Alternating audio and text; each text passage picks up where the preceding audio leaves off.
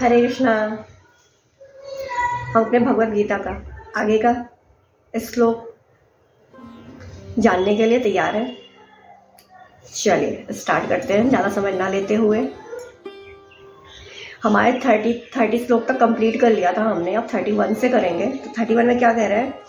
अर्जुन कह रहा है, हे कृष्ण, इस युद्ध में मैं अपने स्वजनों का वध करने से ना तो मुझे कोई अच्छाई दिखती है और ना मैं उनसे किसी प्रकार की विजय, राज्य या सुख की इच्छा रखता हूँ। तो अर्जुन क्या कह रहे हैं श्री कृष्ण भगवान से? हे प्रभु, हे जनार्दन, मैं अपने ही स्वजनों से युद्ध करके या उनका ही वध करके उनसे विजय, किसी भी प्रकार की विजय प्राप्त करना नहीं चाहता। अगर उनका वो इस युद्ध में हारते हैं या उनका और हमारे स्वजन हारते हैं और उनकी मृत्यु होती है तो उनसे भी हमारे ही अंतरात्मा को दुख पहुंचेगा और मैं उनसे जीत कर ये किस प्रकार के सुख का अनुभव नहीं कर पाऊंगा, मैं उस राज्य में सुख का भोग नहीं कर पाऊंगा। इसलिए मुझे उनसे किसी भी प्रकार का कोई युद्ध नहीं करना है। तो ये क्या कहा गया है? जो मनुष्य है वो स्वार्थ विष्णु में ही है, लेकिन जो बुद्धिजीवी शारीरिक संबंध के प्रति लोग होते हैं उन्हें लगता है कि हमें राज्य मिल जाए या पैसा मिल जाए या ये सारी चीजें मिल जाए, हम उनसे खुश होंगे, पर खुशी उनमें नहीं होती। इसीलिए ऐसी देह बुद्धि के कारण जो भौतिक सुख के कारणों को भी मूल जानते हैं वो अर्जुन एक तो क्षत्रिय, ऊपर से नैतिक धर्म को मानने, नैतिक धर्म को भूल चुका है।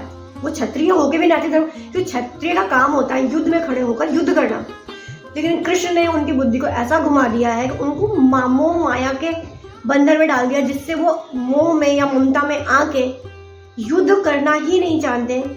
तो इससे क्या कहा गया कि कहा जाता है कि दो प्रकार के मनुष्य परम शक्ति होते हैं जो सूर्य मंडल में प्रवेश करते हैं। एक तो क्षत्रिय जो कृष्ण की आज्ञा से युद्ध की भूमि में मरता है, दूसरा सन्यासी जो आध्यात्मिक अनुशीलन में लगा रहता है। तो अर्जुन अपने शत्रुओं को भी मारने से विमुख हो रहे हैं, क्योंकि इस समय जो उनके सगे संबंधी हैं सब उनके शत्रु हैं, जो उन्हें तनिक भी 5 गांव भी देने को तैयार नहीं हो रहे हैं, क्योंकि क्षत्रिय धर्म को निभाने के लिए कम से कम उन्हें 5 गांव की तो आवश्यकता थी। तो कहते हैं कि अतः लड़ने के इच्छुक नहीं हूं। जिस प्रकार की भूख न लगने पर कोई भोजन बनाने को तैयार नहीं है, उनसे तो बन जाने का निश्चय कर लिया है। जहां एकांत के निराशापूर्ण जीवन कट रहे हैं, किंतु क्षत्रिय होने के नाते उससे अपने जीवन निर्वाह के लिए राज्य चाहिए, क्योंकि क्षत्रिय कोई अन्य कार्य नहीं कर सकता। किंतु अर्जुन के पास राज्य कहाँ है? उसके लिए तो राज्य प्राप्त करना ही एकमात्र अवसर है कि अपने बद्ध बंधुओं से लड़कर अपने पिता के राज्य के उत्तराधिकार को प्राप्त करे, जिसे वह करना नहीं चाह रहा है। इसलिए वह अपने को जंगल में एकांतवास करके निराशा का एकांत जीवन बिताने को के योग समझता है। वो क्योंकि क्षत्रिय धर्म होता है, क्षत्रियों का सिर्फ एक ही काम होता है, अपने क्षेत्र की रक्षा करना। तो उसके पास तो कोई राज्य या कोई गांव या कोई किसी प्रकार का कोई क्षेत्र नहीं है, क्योंकि दुर्योधन उसे सुई की नोक भी ना देने को खुद तैयार नहीं है कि सुई की नोक भर की जमीन दे दे। लेकिन वो उसके पास बस एक ही अवसर है कि वो युद्ध करे और युद्ध में विजयी हो अपने क्षत्रिय धर्म को निभाने के लिए, लेकिन वो उसे भी करने को तैयार नहीं, क्योंकि उसके सगे संबंधी खड़े हैं साथ में। तो इसके लिए वो क्या करता? अपनी निराशापूर्ण जिंदगी को एक जंगल में जाके एकांतवास में ही जीना पसंद करने को कहता है। 32 से लेकर 35 श्लोक में लगभग एक ही बात कही गई है। तो जिसमें अर्जुन ने कृष्ण को गोविंद कहा, हे गोविंद, हमें राज, सुख अथवा जीवन से क्या लाभ, क्योंकि जिन सारे लोगों के लिए हम उन्हें चाहते हैं वही इस युद्ध भूमि में खड़े हैं। हे मधुसूदन, जब गुरुजन, पितृजन, पुत्रगण, पितामह, मामा, ससुर, पौत्रगण, साले तथा अन्य सारे संबंधी अपना अपना धन एवं प्राण देने के लिए तत्पर हैं और मेरे समक्ष खड़े हैं, तो फिर मैं इन सबको क्यों मारना चाहूंगा? भले ही वे मुझे क्यों ना मार डालें। हे जीवों के पालक, मैं इन सब को इन सब से लड़ने को तैयार नहीं हूँ, भले ही बदले में मुझे तीनों लोग क्यों ना मिलते हों।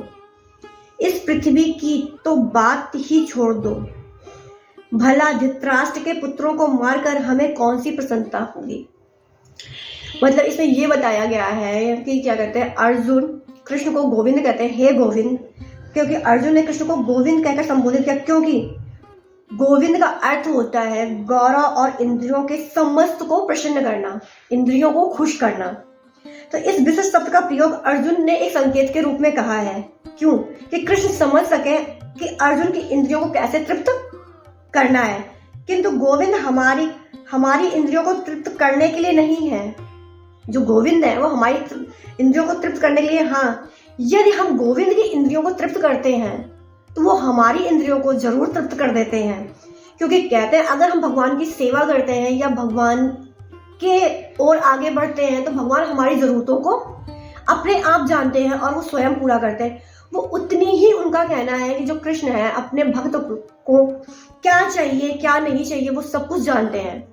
लेकिन जो हमारी इंद्रियां स्वतः ही संतुष्ट हो जाती हैं जब हम गोविंद की इंद्रियों को तृप्त करते हैं। भौतिक दृष्टि से प्रत्येक व्यक्ति अपनी इंद्रियों को संतुष्ट करना चाहता है, वो चाहता है कि ईश्वर उनकी आज्ञा का पालन करे, परंतु जो ईश्वर है उनकी आज्ञा का पालन करने के लिए नहीं है। किंतु ईश्वर उनकी इंद्रियों को वहीं तक तृप्त करते हैं जहां तक उन्हें चाहिए। अगर उसके हद से ज्यादा उन्हें चाहते हैं लेकिन वो उस हद से ज्यादा चाहते हैं जो आम इंसान होते हैं भौतिक इंद्रियों। तो किंतु जब कोई इसके विपरीत मार्ग पर जाता है, मतलब भौतिक इंद्रियों को तृप्त करने के चक्कर में अपनी इंद्रियों को तृप्त नहीं करता और वो उसके विपरीत जाता है, क्या करता है, जब वो इंद्रियों को तृप्त की चिंता को छोड़कर, अपनी इंद्रियों को तृप्त करने की चिंता को छोड़कर गोविंद की इंद्रियों को तृप्त करने का प्रयास करता है, तो गोविंद की कृपा से जीव की सारी इच्छाएं अपने आप पूर्ण हो जाती हैं। यहाँ तक कि जात और कुटुंब के प्रति अर्जुन का प्रगाढ़ स्नेह देखकर आंशिक रूप से इन सब के प्रति स्वाभाविक रूप से करुणा का कारण था। अतः वह युद्ध के लिए तैयार नहीं था। वह व्यक्ति के अपने वैभव का प्रदर्शन अपने मित्रों और परिजनों के समक्ष नहीं करना चाहता था, किंतु क्योंकि अर्जुन को भय था कहीं उनके वैभव के प्रदर्शन से उनके मित्र और परिजन युद्ध भूमि में मारे ना जाएं। भौतिक जीव का एक सामान्य लेखा जोखा होता है, किंतु आध्यात्मिक जीव इससे भिन्न होते हैं कि जो भगवान की इच्छा की पूर्ति करना चाहते हैं, भगवत उसकी इच्छा स्वयं पूर्ण करते हैं। तो कृष्ण ये भी चाहते, अगर भगवत इच्छा ना हो तो किसी भी व्यक्ति को एक पैसा भी ग्रहण नहीं हो सकता। अर्जुन चाहते थे अगर युद्ध भूमि में उनके परिजन मारे भी जा रहे हैं तो वो मेरे हाथों से नहीं, कृष्ण के द्वारा मारे जाएं। तो कृष्ण के द्वारा मारे, तो इस समय उन्हें यह भी पता नहीं था, अर्जुन को ये नहीं पता था कि युद्ध भूमि में आने से पहले ही वो सारे के सारे कृष्ण के द्वारा मारे जा चुके हैं। वो तो एक वहां पे निमित्त मात्र में उपस्थित है, जिसके बारे में हम अगले अध्याय में भी जानेंगे कि वो प्रतिशोध लेने के लिए चाहते थे।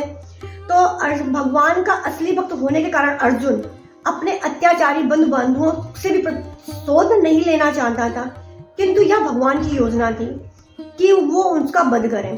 क्योंकि अगर जो भगवान का भक्त है, अगर कोई भी दुष्ट से प्रतिशोध, भगवान अगर कोई भी भगवान के भक्त को परेशान करता है या उन्हें दुख देता है तो भगवान किसी भी व्यक्ति को कभी भी माफ कर सकते हैं, लेकिन जो व्यक्ति भगवान के भक्त को कष्ट देता है भगवान उसे कभी माफ नहीं करते।